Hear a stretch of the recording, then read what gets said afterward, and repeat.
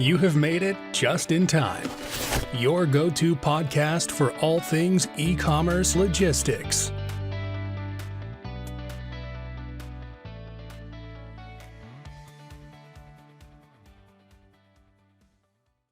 Hi, and welcome to the very first episode of Just in Time, a podcast series for the e-commerce logistics experts and those who want to improve their company's supply chain setup. My name is Petra Dobrocka, and I'm co-founder and CCO of the e-commerce fulfillment company byrd. For each topic, I'll welcome one industry expert who will share their experiences, insights, and tips.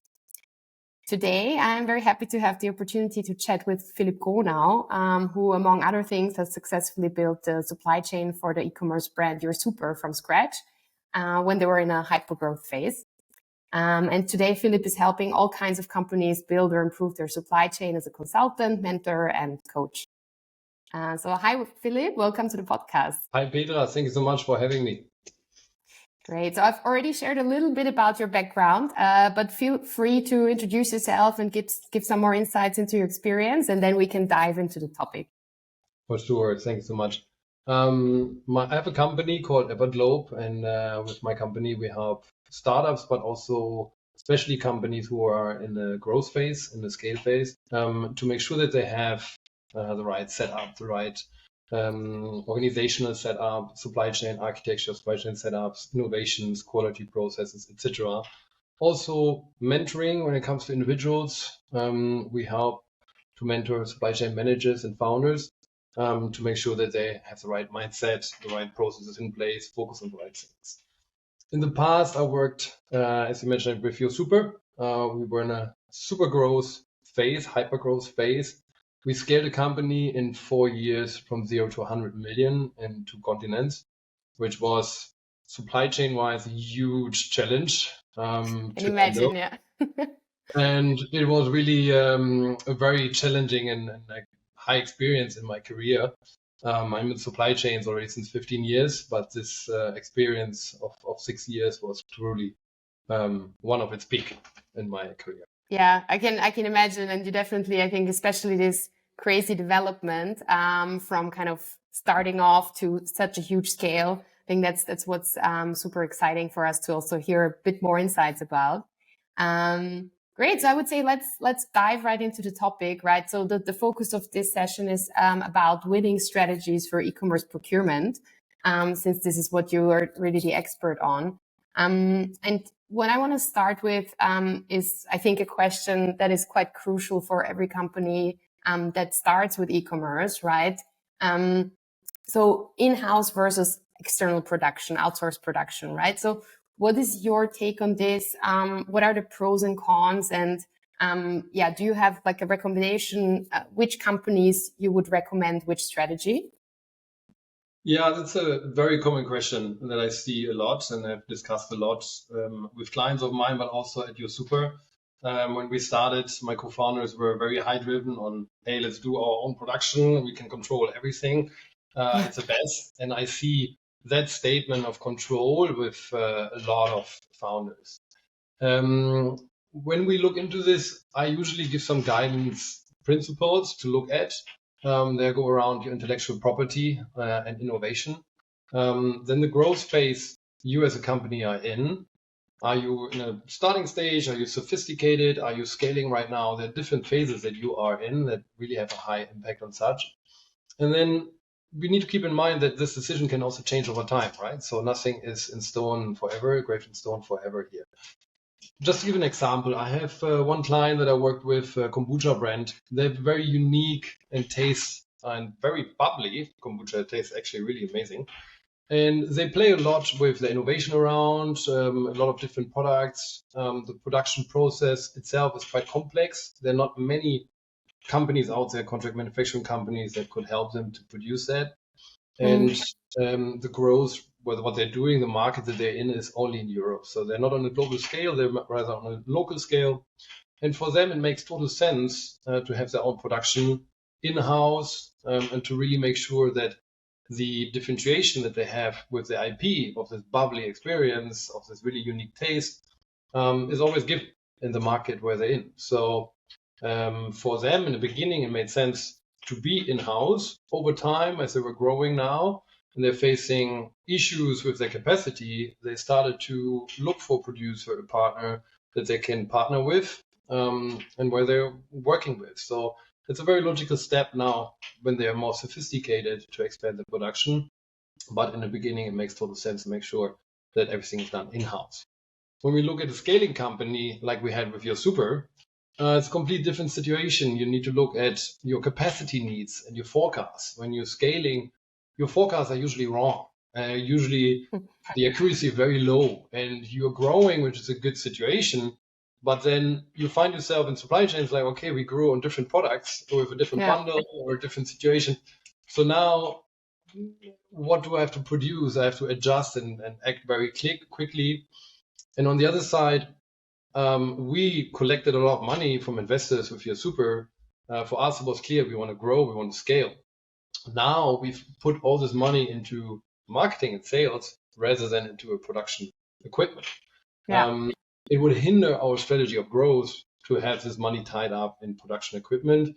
Additionally, you will always face the issue then when you have production equipment of amortization. You need to hit a good capacity rate on your amortization over the years.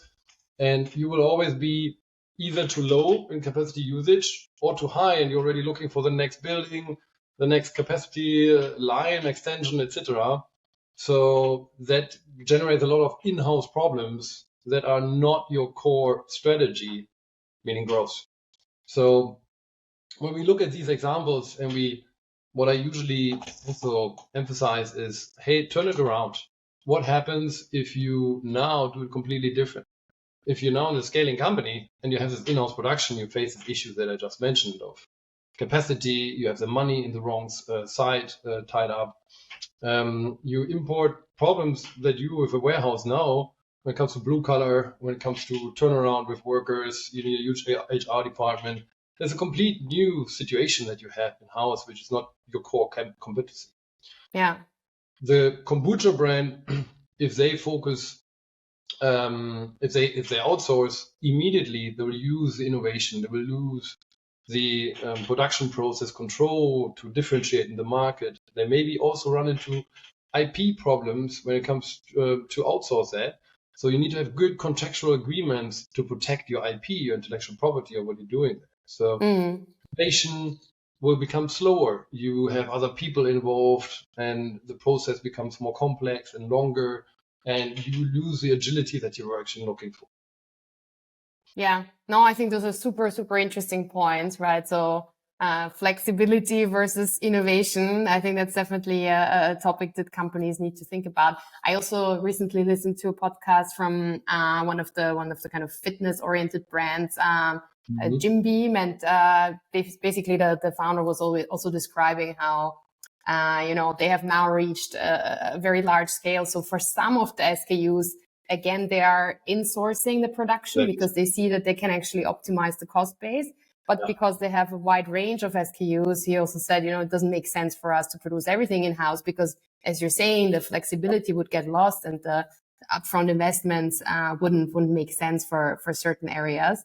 So yeah, I think it's definitely something that you have to look at throughout the development of the company. It's not something static, right? That makes sense forever. So yeah, definitely super, super interesting. Exactly, that's the point. And we need to keep in mind, the decision is not forever, right? So now, as you mentioned with the example, over time, it makes sense certain SKUs to put them in-house to look for cost optimization. We've done that with Inhouse too. We did not go that far, but we looked into, hey, for innovation, we want to use someone else. We used a different contract manufacturer for innovation process because they were much bigger and smaller, and we could work with them more flexible and use them as if it is our own production. So these are things that you can look into over time, but I understand for sure. As a founder in the beginning, you start your baby, your product, and you're like, I want to control everything. But that may not be the best decision for your company. Yeah. And do you see any changes specifically throughout the past years that would affect the strategy? For example, with Corona or any of these developments? I think over the years, we have come to a market where in the last 10 years, money was available. So there was a lot of startups and innovation and a lot of new products coming to market. A lot of e-commerce was driven. With that, there was a bigger need for turnkey solutions for producers that can really deliver me a service rather than me looking into doing everything on my own. So from that perspective, we need to keep in mind that it makes sense to also use a provider like you for a warehouse when it comes to this process of shipping, and especially in the last mile and using these services, to sometimes outsource something which is really not my major strengths in my company. So there are people who are really strong, and there have been a lot that came over the last 10 years that really popped up, and they're really good in what they're doing. They invested a lot in softwares and processes, and they can help me and often maybe do it even cheaper than I can do it by myself. Yeah, I totally agree. I think on this, focus on your core strengths and whatever it is, right? I think for some companies, it can be doing the production and the logistics in-house.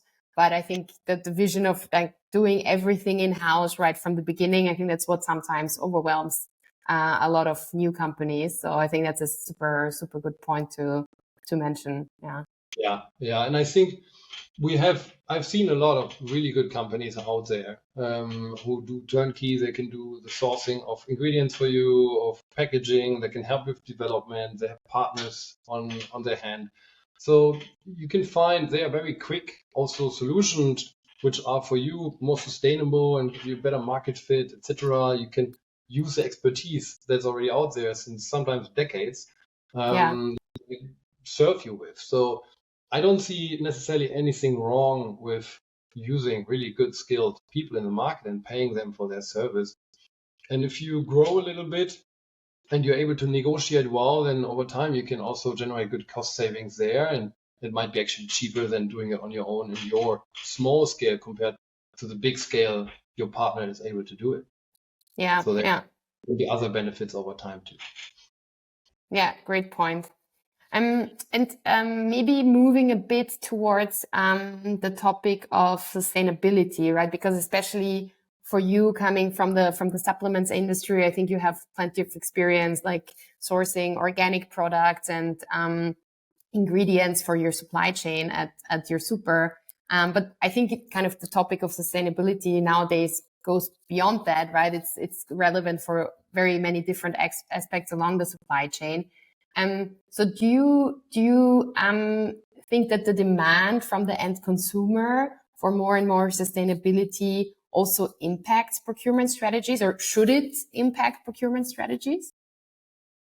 It definitely is a yes. The question is, where do you start with that impact? Where is it actually coming from? My personal story is I came from the textile industry. I was importing goods from Far East. And the transparency in the textile industry is rather intransparent. So there's not much transparency given. And it's something where the curtains are a little bit more closed and you want to make sure that you're not too vulnerable to what the media is telling. So you're a little bit more careful. And I went to look for something where I can actually open the curtains and really show what are the values that we have in the supply chain. But to have actually values in the supply chain, you need to go one step beyond and back and look at what is my company's purpose? What is the mission, the values of this company? At your super, our mission was to improve people's health. Very simple. And we wanted to have products that are pesticide free, that are organic. Also organic means organic, so we tested them on pesticides. And we wanted to have products that we can eat ourselves and give to our kids. So that was our stand and our mission. With that, it became very clear we have a place in the market. We saw that as our future as a company, that we have a place in the market and consumers are open to that. Sometimes you need to create a certain demand as well. You need to educate customers of a problem or a solution before they actually really have a demand for that. So it really comes into the company's stand and what do I want to do as a company.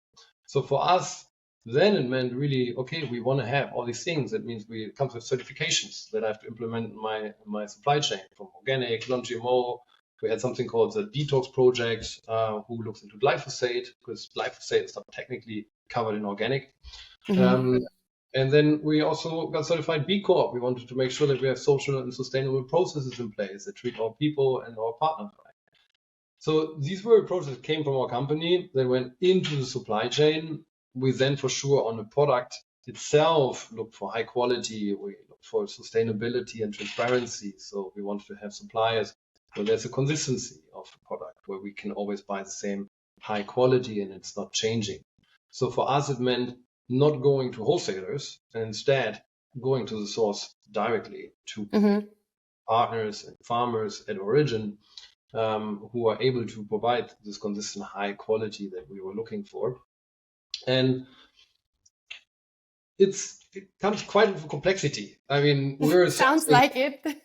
Yeah, so we're sourcing in 15 countries and we're producing in 2 continents and distributing to all our clients, like from a end-to-end, meaning from a farm, sometimes then to via D2C level, directly to the client. So it was quite a big responsibility in our supply chain that we had, and to make sure that everything runs smooth. But we also, over time, needed to look into cost saving, like improvements. So how can we make this cost efficient? Once volumes increase, things become a little bit easier for us to really work on cost improvement. But in the beginning, for sure, that's a little bit harder to do. When you have a high quality product, you can't immediately look at cost only. So it was the contrary of what we were doing.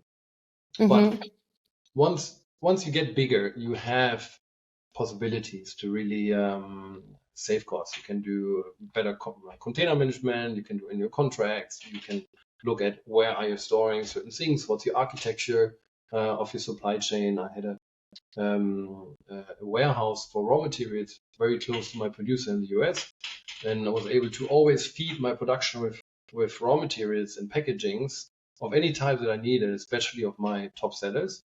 And I had special agreements with my producer, so I could make sure that I can break in a production of another client. I have a given capacity every month that I can use.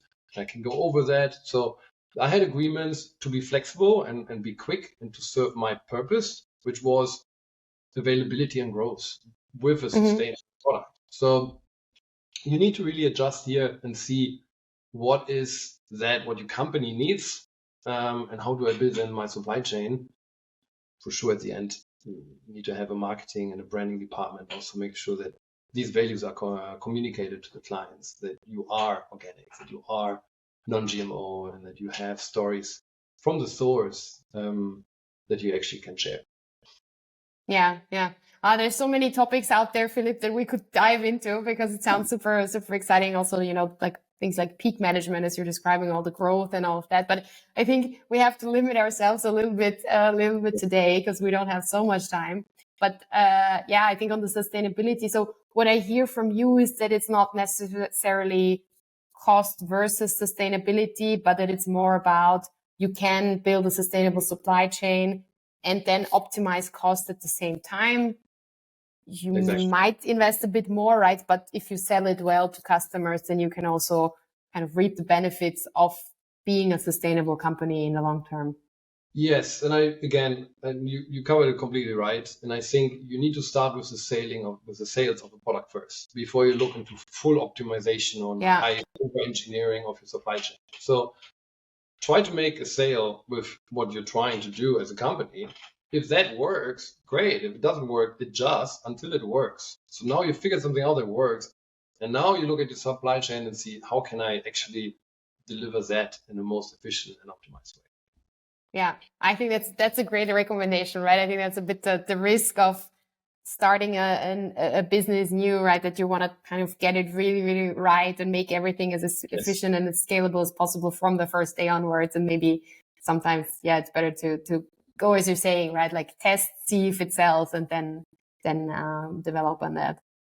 Yeah, 100%. And I think here, it's about your values as a company, what you want. And there's a lot of good founders out there. They have the heart on the right spot, and they're trying to really change something which is not going well. And comes with a lot of difficulties. So you have to really change a system that exists already. And that's not easy. And sometimes it requires really to immediately do something completely different from beginning on with a lot of challenges involved. And there it's most important you're not giving up. I think that you continue to, like strive for that. A lot of people have told us also like, hey, what are you doing? It's not going to work. It's not going to work. And it did work. So you have to be persistent in your beliefs and what you're doing. I think it plays a big role of the success too. Yeah, I think as always, kind of resilience is key in entrepreneurship. Sounds like the procurement part of that is even more there. It's even more relevant. Cool, but that's very I think that it's a good segue to the next question. So, do you think, or if you had to define kind of a winning procurement strategy, right? Because that's what we're trying to deep dive into. Is there something that you would say, this is the winning strategy? What does it depend on? It depends on what the company is actually doing right now. So it goes back to the same what we just discussed, right? What is the situation if I am the head of the supply chain department and I find myself in a situation of a company case. So every case is unique. Even if I hop within an industry to different companies, I will see they have complete unique setup of problems, of processes, of partners they work with, of how they operate. So I really need to understand again, what is it that my company wants to provide and how I serve my customers. If I start there, then it becomes very apparent what my goals and strategies in my supply chain should be. Some winning, there's for sure always some winning key factors that come in for me. When it comes to procurement, your biggest key factor is having a solid forecasting and planning model. So when my numbers are wrong, I tend to buy the wrong quantities, so I can get a good price, but then I have too much and I don't need it, or vice versa. I don't have enough and I'm losing sales, which is a bigger impact in my bottom line, my profits, than saving a few cents in procurement. So I really need to have a solid data to start with procurement. I think that's always a basis. And then it comes to, where am I with my company? Am I just setting it up? So I just need someone to produce me a product, and I know it's not perfect, then I can do it probably cheaper somewhere else. And then I'm looking into, can I actually make things a little bit better? Can I have my growth expansion for my strategy and support that, and have maybe certain productions overseas or close to the market where I'm selling? I can look in the architecture of the supply chain. And then on the third aspect, you then look into really cost-saving factors, but then you are working on a much, much, much higher grade of your supply chain. So you have already sophisticated numbers. You know the planning is behind that, how much you're selling from your top sellers. For sure, there's always some uncertainties, new markets or new products, but you're able to manage these much better. And once you are on that level, it's easier for you to really say, okay, I have good solid SOPs, my operations is running smooth, I have a good solid machine that is oiled here. Now I can look into my strategy much more and have much, much more options and tools that I can use and look into how to do things different and better. Mm-hmm. Yeah, no, that's great. I think makes a ton of sense, right? To focus on where you are in the journey right now and what are the biggest levers that you can influence right now. Because for sure, there's always a lot of things you can focus on and improve. There's, I think it's basically never ending. So picking the right battles at the right time is definitely a great recommendation. You're saying something very important there too. It's never finished. And we had at your super, and I remember that I taught these my employees. I was like, hey, we're never at 100%. If you say my job is done, you have to go home and you can stay there because you're in the wrong place. You always on 90%, maybe 95%. There's always another 5 or 10% that we can adopt, change to a better and be more efficient and more productive. And it's really important to see these things, to look at it and to really look at what I've built now Is this still accurate? Is this still the best what I have for today and especially for tomorrow, what the company is trying to do in the future? So that's a very important part in supply chain. We're never at 100%. Yeah, agreed. Unfortunately, not just in supply chain, right? I would say it's true for all areas of the business, but but that's what keeps it interesting, I would say. Absolutely, yeah, absolutely. Do you have like major learnings from the supply chain, or like specifically for sourcing and procurement, that you would recommend to others? Yeah, for sure. I mean, if you're over 15 years in the industry, like in this field, you definitely come over a few learnings. And one thing that I've learned very, very early in my career is one sentence. It's called, it's a people's business. And it's partners that help you to succeed. There's people like you that, we work together since 7 or 8 years now. And it's these business relationships that you really need to foster and make sure that they are good and that you select good partners and that you surround yourself with good people in these companies and that you make sure these people are also happy with you. They pick up the phone and they're happy to talk to you and solve your problem, because you're going to have problems. That's a given in supply chains. Things will go different. So it's really, for me, number one, it's a people's business. As much we have AI on the race and data and robotics and all these things, there's still always people managing and handling the supply chain. So keeping that as a core in mind. Another one that we talked about as well is knowing where you are in the stage of your company. You can, as mentioned, you can over-engineer a supply chain, and it probably is the best supply chain this company can ever have. It's just the wrong timing for the company. If you're in such a small and beginning stage and you have this over-engineered supply chain, it's too complex. Like, we don't need this huge S&OP with 15 people involved if we're a company of 15 people, Like, if we're a company of 500, maybe that's the right thing to do then. But we can do things maybe much quicker in a smaller group.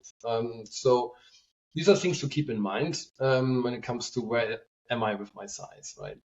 Another thing, as we also talked about, is once you're big enough, you really are able to look into cost savings. So this is when the power of strategic work really kicks in. Once you build this machine that's good running and has good SOPs, solid partners, you're not constantly changing partners. I found myself in the beginning, I think I had 3 or 4 different logistics partners in 1 year that were handling my air freights, until I found the one that was actually really able to handle it properly with the priorities that I was expecting for this. So, but once they were dialed in, I didn't change them anymore. There was for me no need. I looked for sure and benchmarked on prices, etc., but there was no need for me anymore. So that means once you have this maturity in your supply chain, you take certain problems are like coming out. You don't have these anymore. Oh, you're able to actually look at your data and on your architecture and on the future of the business, and you're able to develop good strategies. You can think about nearshoring or reshoring, so you can do something in the home market. It also depends on the time you're in. COVID has taught us a lot. We need more agile and dynamic supply chains where we are able to reshape things quick to able that we have actually products. So these are very important topics of today, which you are easier able to handle once you have this machine built and you're on this strategic level. So then you can really look into cost savings. Don't do that in the beginning. Cost savings are for later. That's always my advice. Yeah. No, it's super interesting. And also the first point you mentioned about, it's a people's business. I think that often gets underestimated, especially in the logistics context in my eyes, because of course it's a lot about data and cost and all of that. But ultimately, right, as you're saying, things will go wrong. Something always doesn't go super smoothly. And then at that stage, I think it's important to also understand that ideally you have partners that you can find solutions with, rather than focus, on what's written in the contract and what you're legally obliged to, or your partner is. So yeah, I think it's definitely something that I have also realized more and more over time, that this is something not to be underestimated. Yeah, because it's just the nature of the business, right? There's always something that you need to optimize, or there's something that you didn't expect, and it happens. I mean, there were so many cases of this, right? In the recent years, Corona, Suez Canal, like all of these things you couldn't have foreseen, but that obviously impact your supply chain if your goods are affected. Yeah, so for all of that, I think it's super essential to be aware that your business partners are actually super important, and you need to have good relationships there. It's absolutely right. And I remember when the Suez Canal, when the vessel was turning there and was stuck. And I lived in LA, and I was seeing in the south of LA all these vessels in the harbor, and they were not able to unload. And there was huge delays in all supply chains because the container management didn't work anymore. And the vessels couldn't go through the Suez Canal, and all of a sudden all supply chains were disrupted. What we did then was we saw that, and we were like, okay, that has a major impact. And we talked to our partner, and they're like, listen, Philipp, we're expecting huge delays in container management in times everywhere across the globe, and especially in some markets where you're sourcing. So we looked into that, and we decided to, instead of putting something on a boat where we didn't know when it gets unloaded, they were like, it will arrive, but we can't tell you when the truck is coming. We book it, and then it can be 1 to 20 days, somewhere in between. I was like, are you kidding me? I have to pay the merge fee for that. So it was really a tough situation, but what we did is we made sure that for the next couple months to come, we put something on an airplane immediately, so that we had the ingredients for our top sellers available. And we knew this is a hit in our margin and in our cost, but there will be another hit coming in your logistic cost. So we put it on an airplane, then we had it, and we made sure that for the next couple months we're covered. We have an additional safety stock for any delay that comes in our top sellers. And we needed that. We were really running on the last grain of powders there. And we really needed it. It was a good decision. And surely very close after, all the air costs were doubled as well. So everything was really going up in air costs because people did the same move as we did. So reacting fast is something that's really also important when things happen. I learned that over time. Supply chains are really impacted from the outside world a lot. We saw that with COVID, and we need to make sure that we react fast and that we adopt fast and we keep a certain dynamic and agility in our supply chains. And fun fact from COVID, I think that for me personally, the best fun fact from COVID was I don't have to explain my job anymore. People know what's happening. So since people knew, like, okay, there's supply chain issues, that's why we don't have toilet paper. So as of then, it was clear, okay, supply chains exist, and and then I said I work in supply chain management. People were like, okay, toilet paper. I'm like, no, but supply chain management. But it's important, yeah. Yeah, so it was, people got more used to the word in terms of supply chain management, but we as end consumers were able to really experience when something is not going well. And interestingly, if we in supply chain management do all our job excellent, no one ever hears about us. We're in the background. So it's a good goal, right? That basically, if in your company the supply chain works super smoothly, you will never hear about that area. It's actually a nice target for the team. It's also true within the world of one company, right? If supply chain is in everyone's mouth, that usually is a sign that it's not going very well there. So things need to change a little bit. And if no one talks about supply chain, then it usually means like they serve all the departments with their needs and everything runs smooth. Yeah. Just a follow-up. I'm interested, Philipp, on the topic of, like having all of these external factors and then having to react fast. So was this something that you then really found solutions for on the spot, or did you have kind of a plan B already in your head, thinking, okay, this is what we could do, or is it something you would now recommend procurement managers to start proactively thinking about, or what's your approach there? My approach is always get knowledge first. So there are people who are doing nothing else than logistics. And when I'm teaching logistics, I'm going to talk to these people first thing in the morning. So that's my first go-to, is picking up the phone and talking to my partners and making the urgency heard. Like, hey, I really need to talk to you very quick and I need to find some solutions. The second one is I'm not taking a no for an answer, and people know me for that. So you need to find a solution. It means if you talk to someone, they say, sorry, we can't do it, or I don't know, then my advice is you talk to the wrong person or you have asked the wrong question. So once you start asking different questions or you start asking to a different person, you understand, you get more information and you see all of a sudden more solutions coming your way and opening up. And you're like, okay, so if you could do that or that. And an example, my production was like, hey, sorry, we're blocked. We can't produce for you the products you're asking for. And I was like, well, I need them urgently. I'm out of stock. If I don't make that, I'm losing $100,000 in sales. Yeah. And the person I talked to was like, I'm sorry, that's something on production. The next person I talked to was the owner.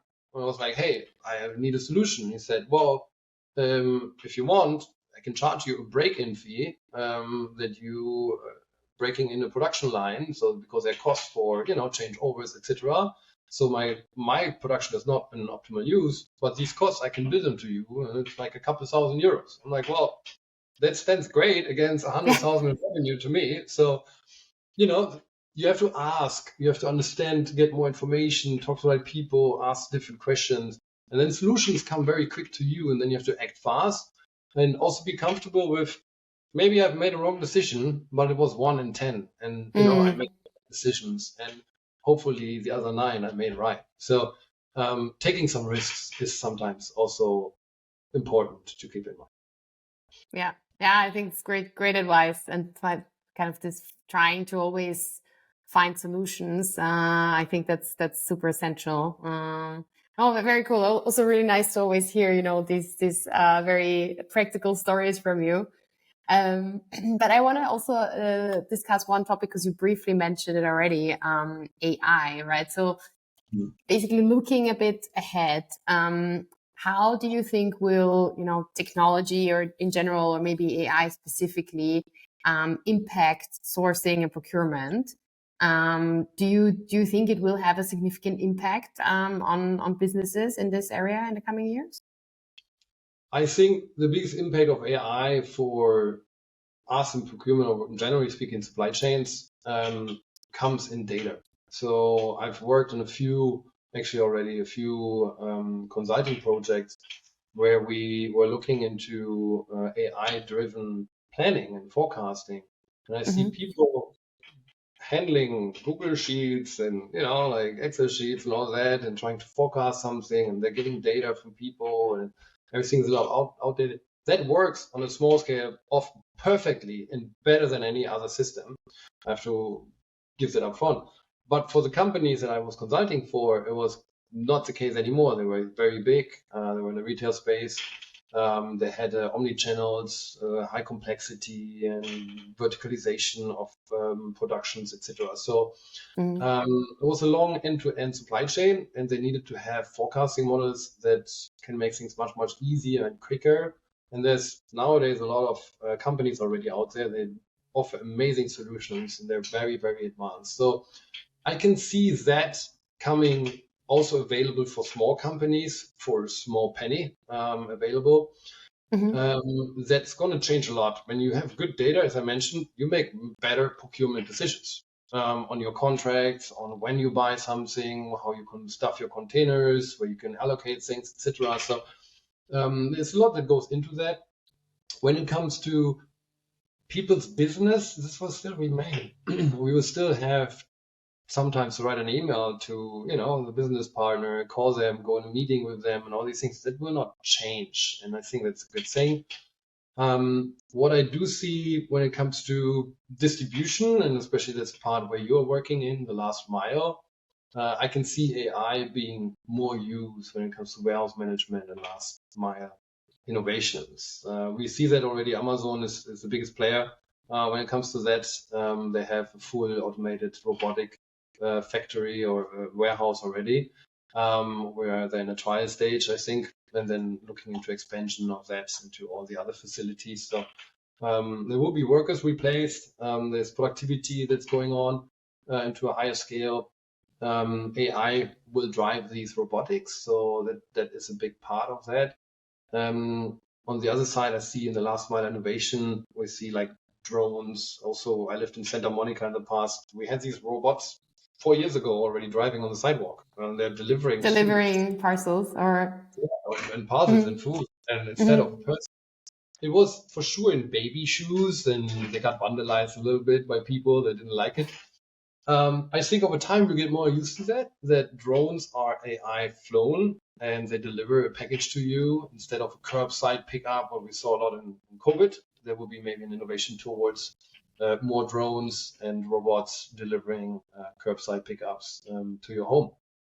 That's something that I can see a lot, and robotics in warehouse management and production as well. Great. Yeah, no, definitely agree also on the data element, right? That's the big complexity right now, that many companies have a lot of data, and but then it's tough to kind of process and kind of make reasonable learnings or create learnings out of that. So I also definitely see that area a lot. And yeah, for the automation, definitely. I think it's already, as you're saying, there's already in use in so many warehouses out there. So it's only a question of time. And I can think as well, like when it comes to systems in warehouses, right? So there's probably AI-driven decision making when it comes to where do I pick, where do I store something. The systems get much better. We use these systems already. Now they get a better support in live with live data. So I think these are things that AI will heavily drive forward. Yeah, definitely. No, looking forward to that those developments there, because I think it will also make logistics more more dynamic as we move forward. Great, Philipp. So I think we're kind of coming a bit towards the end of the session. I think for me there's quite a lot of takeaways here. But definitely what I hear from you is, procurement is definitely something where you need to kind of find the right strategy for your company size, for your stage, for your industry, and this keeps changing over time. So basically, you have to stay alert and be resilient and try to find solutions all along. So I think it's definitely an exciting job in a company that can decide if a company is successful or not. As you said, like the huge impact on costs and long-term success is definitely there. So thanks so much for sharing all of these insights, Philipp. I think it was very cool to hear your stories. And maybe if you wanna basically, if there's somebody out there listening in and thinking, wow, I want to get a bit more insights into this, and maybe have like a chat with you, Philipp, or some consultation or coaching. Can you share how can they get in touch with you, or how can they learn more about that? For sure, I would be happy to help our listeners here. My company is called Everglobe. You can find me under everglobe.biz, and also on LinkedIn. Reach out to me. I'm also sharing a lot of insights and experiences always on LinkedIn. Happy to connect there as well. Awesome. Thanks so much. Yeah, I think you have definitely really a vast range of experiences from different industries, and so definitely can confirm that you are an expert on this topic. Great. Well then, to our listeners out there, thank you so much for listening in to the very first episode of our Just in Time podcast. In the next episode, we'll progress kind of along the supply chain, and we'll talk about freight forwarding. So there will be somebody from Zen Cargo joining us, and we'll try to kind of create similar insights into the topic and kind of hear a bit hands-on tips and experiences. And yeah, with that being said, thank you so much, Philipp, for joining me today. It was really a fun discussion. Have a great afternoon, and talk to you soon.